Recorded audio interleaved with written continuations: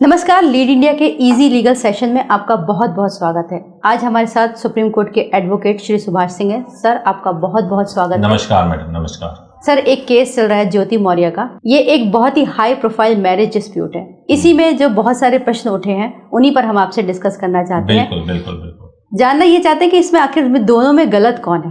दोनों के मामले सब पब्लिक के अंदर है, कौन गलत है? देखिए, इसमें दो एस्पेक्ट है, एक सोशल और दूसरा लीगल।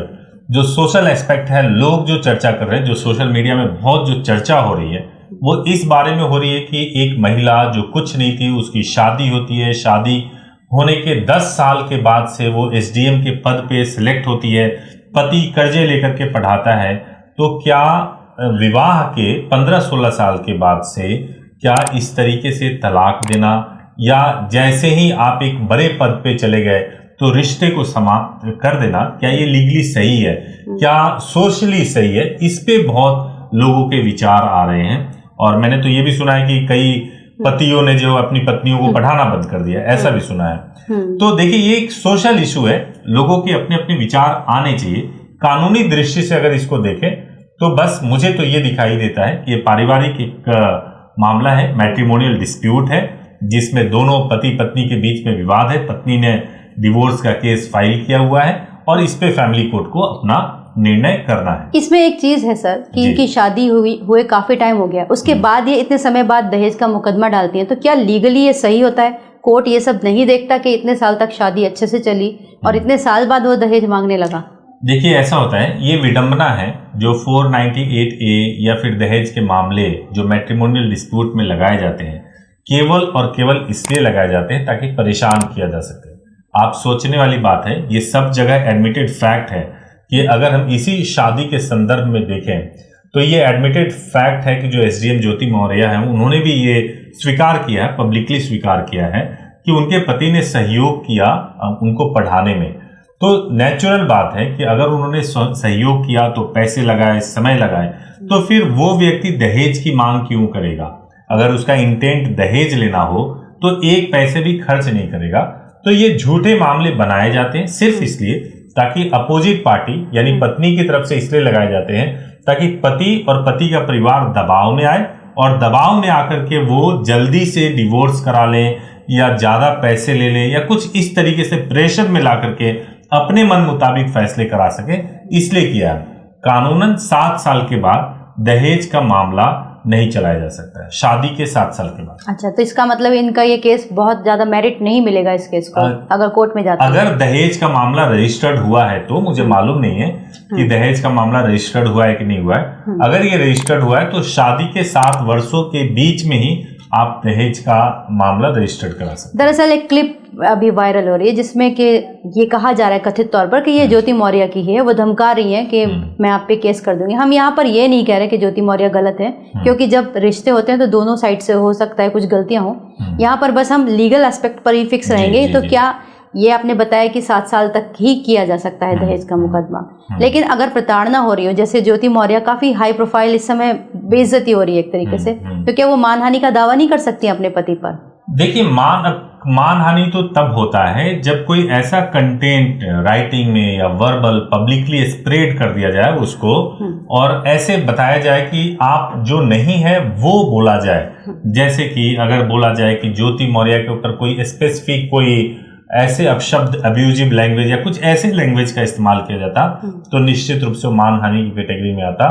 यहाँ पे जो पति हैं आलोक मौर्य, वो तो अपने केस के बारे में बता रहे हैं और बता रहे हैं कि उन्होंने कैसे पढ़ाया लिखाया और जो कंटेंट्स वीडियो वायरल हो रहे हैं उसकी सत्यता हमारे पास कोई अथॉरिटी नहीं है उसको जांचने की, तो उसके बारे में नहीं कह सकते। लेकिन अगर वास्तव में कुछ ऐसा बोल दे आलोक मौर्य या इस तरह के कोई भी हस्बैंड वाइफ के बीच में जो डिस्प्यूट होता है, कुछ ऐसा राइटिंग या वर्बल में बोल दिया जाए जिससे मानहानि होता हो, तो निश्चित रूप से केस कोई भी पार्टी, चाहे पुरुष के साइड से हो, पति के साइड से हो या पत्नी के साइड से, मतलब पति पत्नी भी कर सकते हैं वैसे? बिल्कुल कर सकते हैं।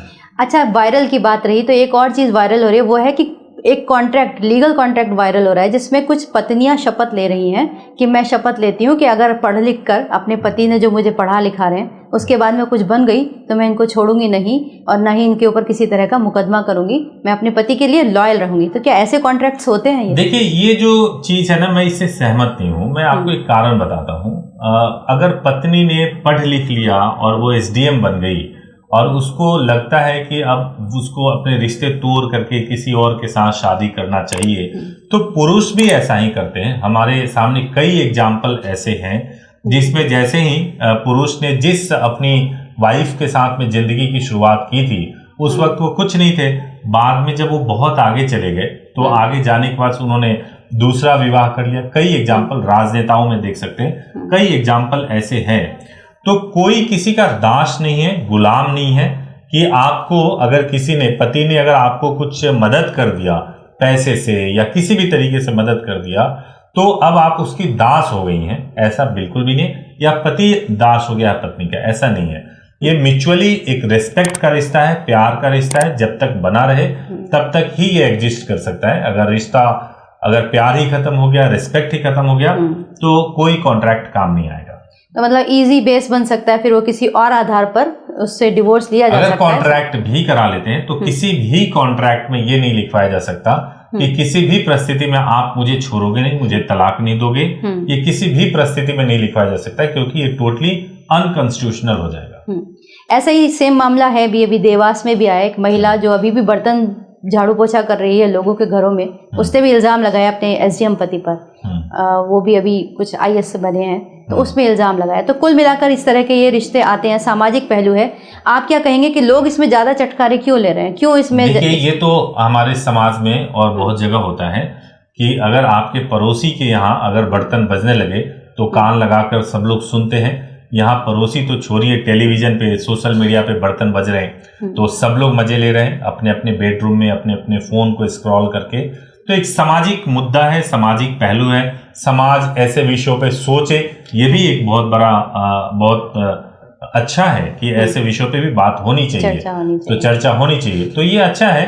और केस तो जो है कोर्ट में लड़ा जाता है, जो मेरिट होगा उसके हिसाब से जो एसडीएम साहिबा है या जो उनके पति हैं उनके केस पे फैसला हो जाएगा। सोशल मीडिया का इम्पैक्ट कोर्ट के अंदर नहीं होता। अच्छा, मतलब जितनी भी चीजें यहाँ पर बाहर चल रही हैं वो सब कोर्ट में इम्पैक्ट नहीं करती। कोर्ट में बिल्कुल इम्पैक्ट नहीं करते। तो हम इस पे आपकी राय जानना चाहेंगे कि ये तो हुआ है, कुछ लोगों ने अपनी पत्नियों को वापस बुला लिया जो अच्छी खासी पढ़ाई कर रही थी, तो आप ऐसे लोगों के लिए क्या संदेश देना चाहेंगे? नहीं, देखिए, ये बिल्कुल गलत है। आपने अगर अपनी पत्नी को, मान लीजिए कि अगर वो पढ़ लिख करके एसडीएम बन जाती तो एक दिन एसडीएम बन जाती या किसी बड़े पद पे चली जाती, ज्यादा से ज्यादा यही होता कि तलाक दे देती या अलग हो जाती।